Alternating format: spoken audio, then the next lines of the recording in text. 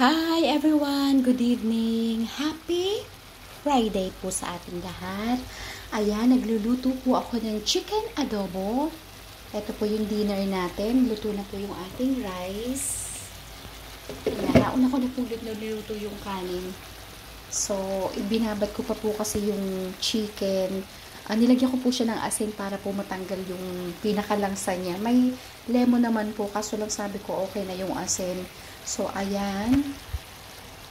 Nalagyan ko na rin po siya ng suka. Bali, pinrito po muna natin ng konti para at least kahit papano lasang-lasa mo po yung pagka-chicken niya. Ayan. Naamoy ko rin yung suka.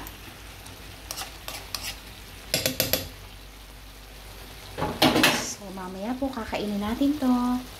Happy watching po everyone. Advance Happy New Year. God bless all. Thank you all for watching.